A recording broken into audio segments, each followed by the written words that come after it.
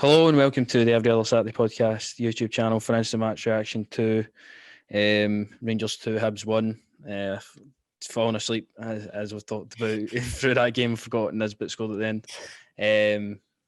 But reaction to that game, it was pretty entertaining throughout the first half and stuff like that in the first half. So reaction to that. But before we talk about it, if you would like to subscribe to the channel, like the video on YouTube, and then follow the social medias on the screen, that'd be much appreciated. So going into this game, I feel that it was just good to get back to the habit of playing in the league again. It's been obviously a while since that Old Firm game the last time. Start of the split we're in now. It's a sort of mini season to keep talking about. It's all about going unbeaten in the league until the end of the season, and it was pretty good to start off with a victory anyway today. Maybe a bit critical of some things, but we'll go into it as we talk through the game. The first thing I'll come to you with is the team prediction. I feel it was pretty much nailed on. When we done the podcast, I think we guessed it pretty much bang on. I don't know. I don't know. I'll just guess it off the bat. I was a bit upset not to see Scotty Wright play today. I was really looking forward to it. Hopefully, I'm getting a start in the league. But no, it wasn't to be today, was it? No. I feel like I heard Kevin Thompson talk on the commentary. Like, I think he might just use the players that have won as a league this season. Rather, obviously Scott Wright has come in pretty late to that party, so maybe be limited the opportunities. Obviously, we've seen him last week, and it was great, but might just be smaller cameos. I don't know if we'll see many starts for him in the next few games, because there's like a lot still to play for. Obviously, staying unbeaten, beating Celtic in the cup and all that. So there's plenty to play for. But I think Scott Wright is definitely going to be one next season. We'll see. Get starting a lot more games anyway. So the game starts off, nothing really happening until an offside goal. It was, if I can remember rightly, it was at Roof that's touched it in for Morelos. I was thinking at the time, Morelos, it looked like the shot was on target initially and Roof stabbed it in, but it was off target. And from then, that was a sort of first opportunity clear on goal. Davis sort of forced that, made it happen, and he was controlling the game through the early sort of stages of it, forcing stuff to go through the lines, as you've seen with that one that was called offside. And I thought, Davis throughout the first half anyway, a lot of energy that maybe some of the team were lacking at times. Well, listen, mate, as I said to you, I was having a bit of trouble with it. Obviously, the first half, getting a hold of it. It's good. But you were keeping us informed. Obviously, I seen the goal. I seen what obviously the goal, but I catched around about the 30th minute to half time. So that's what I seen. It was just Al McGregor making save after save, it seemed. Aye, Al McGregor. Sorry, we're going to the Aribo goal before that, because it was Aribo that scored, and then pretty much for then it was all Hibs. But great work again. Aribo, a great finish after a rebound. And I would say deserved at that point, although it was sort of end to end. Hibs were in the game definitely, but Rangers definitely need to do more. Getting the goal obviously takes a bit of pressure off that. But it was a good first sort of half an hour anyway. Open game, and as I say, Nisbet, Boyle threatening throughout the full 90 minutes of the game anyway. Barisic was getting roasted on the left-hand side for the majority of the game.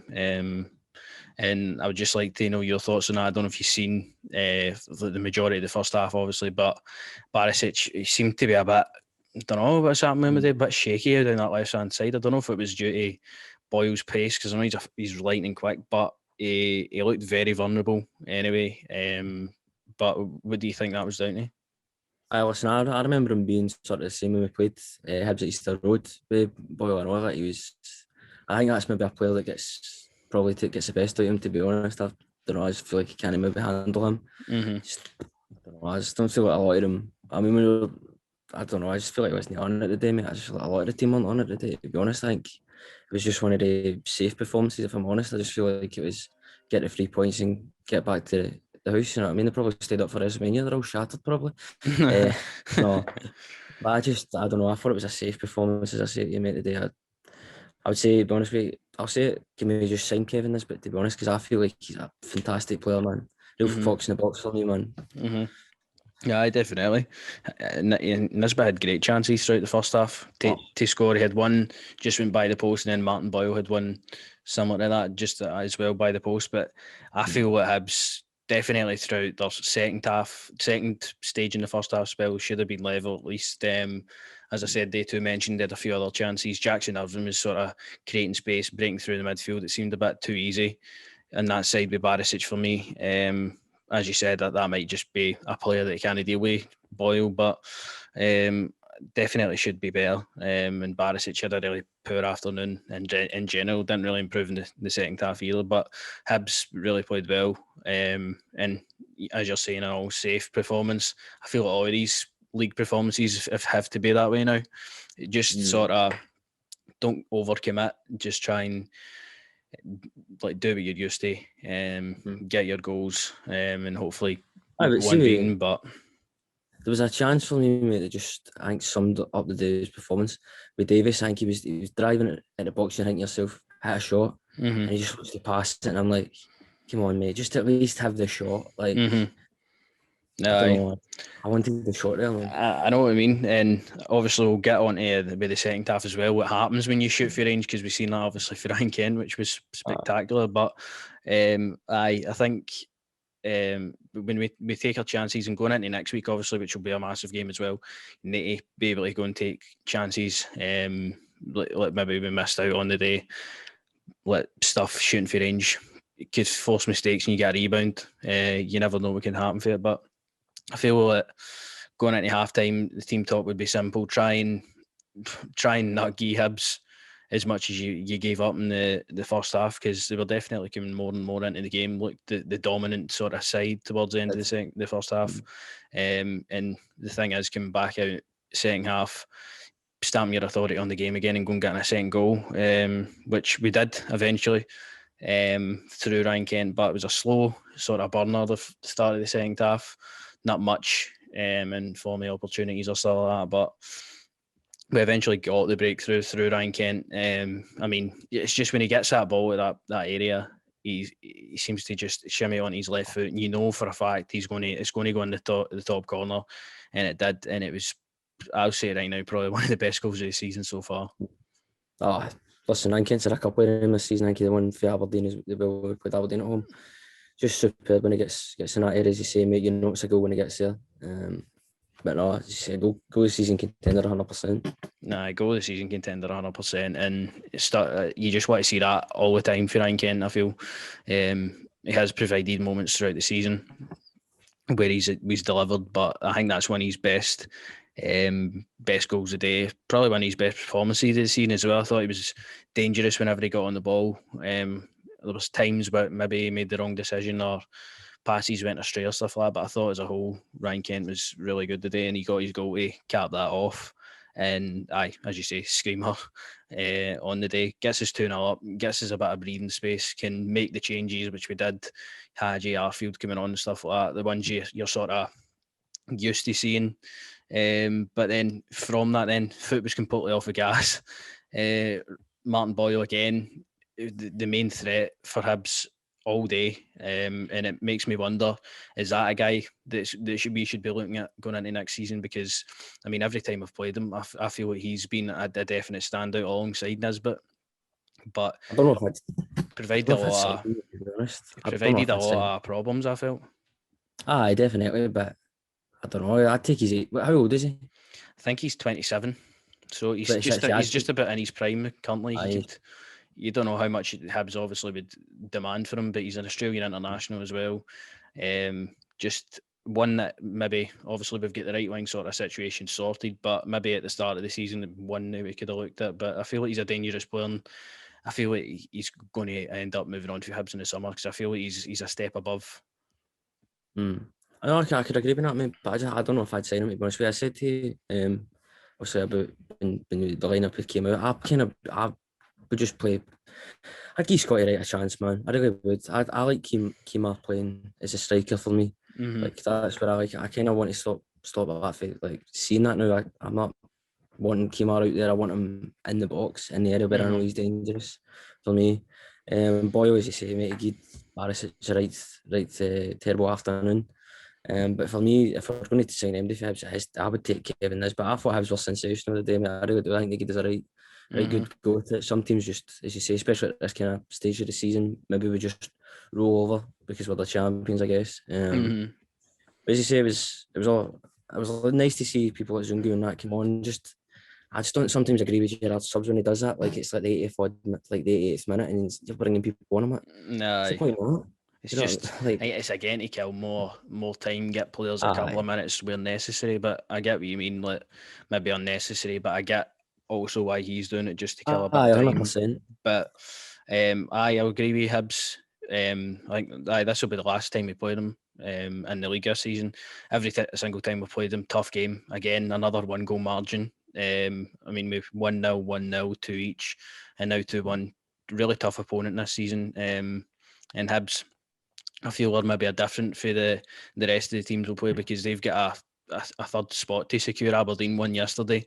There's only 4 points in that now with a few games to go. So Hibs will be able to gain all the points they can to be able to secure that, because that will be a good sort of leap forward for them next season to be able to get an extra step in Europe in the qualifiers for the Europa League anyway. So there's definitely stuff to play for them, but I don't know about the rest of the sides like St Johnstone and stuff like that. They want to finish as high as they can, but I don't know if they'll give as a good a game as Hibs did today. But Nisbet, as you say, he eventually got his goal. It was a great cross in from McGinn and a header. And when I was looking at it, it's one of the goals that happen at home for the third time this season. Actually, we've conceded in the league at home. And Nisbet's about 4 foot, and he's getting a header across Goldson. It's just questionable defending, maybe. And I feel like that's maybe another time where we've been caught at him and we've had to pay for it. And then we had to really sort of fight in the extra 10 minutes for the 3 points at the end of the day. Listen, I thought it was going to finish 2-2, to be honest with you, the way they were coming at it. He was unlucky with a free kick and all this, but I know that free kick was alright. Decent wee free kick for him. McGregor's definitely had to pay the day, I'll tell you that. I just feel like they did a really good game today, to be honest with you. I feel like they came out and wanted it. As you say, like, our teams like St Johnstone going to give us a good game as Hibs probably would have it. I don't think they will, to be honest with you. They're the kind of teams I expect to just roll over. But no, I have to give credit to them today. I thought, as I say, mate, I just thought second half, I'd like the subs to come on a bit quicker, but it's what it is. We get the points, but as I say, we're top of the league still, so that's exactly champions. I just felt like the performance was like we were still, you know what I mean, fighting to win the league. I don't know. I just would have liked a bit more, maybe a bit more freedom, a bit more, just put your balls on it. Do you know what I mean? I don't know. I know you're hanging for the unbeaten. I'd love to go unbeaten, mate, but see, at the same time, I'd love to can we just go for it, man? Like, go for it. Go and get 3 or 4. We're at home. I'd like to just rattle a team again. I think I know what you mean. Like, as soon as you see Kent scored, you're wanting an extra 2 or 3. You're wanting a couple of subs on to freshen the pitch up. You're wanting to go and just batter Hibs after that. But it seems like every time, not even when we're going for the league, we sort of sit off a bit and then just sort of keep what we've got. I understand that with this stage of the season, though. Like, we've won the league. All we need to do is win the game. There's not a point in doing that. But I do get what you mean. It's obviously it is sometimes frustrating to watch at times, and I felt the second half, particularly after Kent scored, was quite a tough watch at times. But it was all about the game management, as you say, Zungu, Eaton, players coming onto the pitch just to run down the clock, get you the result, which we did on the day. Eventually 2-1. You'll take it. It's another win. It's another one ticked off, and we move on and then into the Scottish Cup next week. Obviously, it's a good sort of tester for that. I feel that the issues with Barisic on that left back row will be sorted out for then, hopefully, because I think Celtic will look at that and try to exploit it next week. So we'll need to be at our best and even better than we were at times today to be able to go and get the result against them next week. I'll 100% agree with you. I think that's going to look to probably exploit both both areas, to be honest with you. They did last time. They really focused on the right-hand side of the defence last time Celtic played them. So, listen, I just hope this game obviously felt more like a tune-up game for hopefully Mm-hmm. next. The main focus at the moment is the Scottish Cup. Obviously, we'll want to go unbeaten in the league, but for me, the main focus is getting the Scottish Cup. Like that's the one I want as well. I feel like Aye. the last couple of times we've been in that competition, it's been a tough go on it, man. Just a cup you want to win for me. Aye, definitely. And with the opportunity to beat Celtic in the round in the Scottish Cup anyway, to get them out of the cup is a massive incentive, and you hope the team take that going into next week. But we'll talk about that on Tuesday on the podcast, and that we'll talk about it all in depth with the John Kennedy back and forth with Gerrard over SFA and all that. We're pretty sure we'll cover everything. But before we get to that, who was your man of the match today? Probably McGregor, mate. I'm just McGregor going for to you? get Aye, I'm going to. He What I did seen. make quite a lot of good saves, thinking about it now. For all they had a lot of good chances. As I said, I feel like they should have probably been level. So, aye, McGregor, good shout. Personally, I'm going to go with Patterson. I thought Patterson was great today. Again, another one. His performances where he's shown he's grown every game. He's definitely keen to have a run for his money at that role for when he comes back. So, I thought he was great again going forward and defensively today. So, aye, for me, Patterson. Aye, my man of the match today.